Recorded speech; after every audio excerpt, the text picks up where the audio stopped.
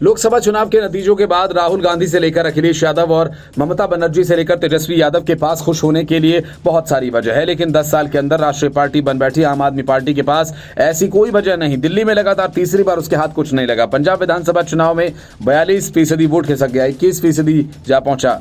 वो तो शुक्र है भगवंत मान का कि उन्होंने संगरूर सीट 3 सीटें जीतवा दी, नहीं तो चुनाव के नतीजे बताते हैं कि अरविंद केजरीवाल के भ्रष्टाचार और घोटालों की गूंज दिल्ली से पंजाब तक गूंजी। सीएम आवास के निर्माण में करोड़ों रुपए के खर्च किए जाने के बाद और शराब घोटाला मामले में स्वयं जेल में जाने पर खेले गए जेल का जवाब वोट से जैसे भावनात्मक कार्ड पर भ्रष्टाचार का आरोप भारी पड़ा। दिल्ली के सीएम अरविंद केजरीवाल के जेल जाने के बाद उनकी पत्नी सुनीता केजरीवाल का प्रचार और भावनात्मक भाषण पार्टी के काम नहीं आया। केजरीवाल ने सुप्रीम कोर्ट से अंतरिम जमानत मिलने पर भी प्रचार किया, लेकिन मतदाताओं को अपने पक्ष में नहीं कर सके। लोकसभा चुनाव के आगाज से पहले ही पार्टी के कार्यकर्ताओं का उत्साह डगमगा रहा था। कांग्रेस से गठबंधन कर भी पार्टी जनमानस को ये विश्वास नहीं दिला पाई जीत दर्ज कर सकती है या नहीं। पार्टी का दिल्ली नगर निगम पर कब्जा है और राज्य में भी पार्टी सत्ता में है। दिल्ली की 70 में से 61 सीटों पर विधायक होने के बावजूद ये विधायक पार्टी को संसदीय चुनाव में जीत दिलवाने में कामयाब नहीं हो सके, जबकि चुनाव में 3 विधायकों और 1 विधायक का पिता को टिकट दिया गया। दिल्ली सरकार के प्रति सत्ता विरोधी लहर से पार्टी को नुकसान पहुंचा।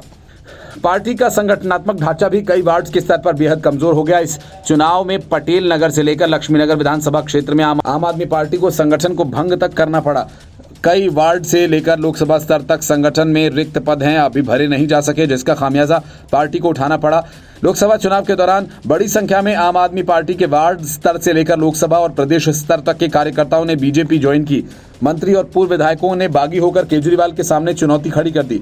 लक्ष्मीनगर से पूर्व विधायक नितिन त्यागी खुले तौर पर आम आदमी पार्टी के प्रचार अभियान का विरोध करते हुए नजर आए। पटेल नगर से विधायक और सरकार में मंत्री होते हुए राजकुमार आनंद ने न केवल इस्तीफा दिया, बसपा से चुनाव भी लड़ा, बल्कि पार्टी पर अनुसूचित जाति के लोगों के विरुद्ध काम करने का भी आरोप लगाया। रही सही कसर राज्यसभा सदस्य स्वाति मालीवाल ने मुख्यमंत्री आवास में हुई मारपीट और उसमें सीएम के निजी सहायक के गिरफ्तार होने की बात से पूरी कर दी। पंजाब में मिली इन 3 सीटों पर भले ही पार्टी ने कुछ राहत पाई हो, लेकिन कार्यालय में इसे लेकर कोई उत्साह नहीं मिला। पार्टी कार्यालय में एक मॉनिटर लगाया गया था जिस पर चुनाव के नतीजे दिखाए जा रहे थे। इंडी गठबंधन को राष्ट्रीय स्तर पर मिली सीटों को देखते हुए संजय सिंह, मंत्री गोपाल और राष्ट्रीय सचिव पंकज गुप्ता कार्यालय पहुंचे और मीडिया को संबोधित किया। इसके बाद वहां से चले गए। पार्टी कार्यालय पर दिल्ली की महापौर शैली ओबेरॉय भी आई, लेकिन पसरे सन्नाटे को देखते हुए वो भी कुछ देर में चली गई।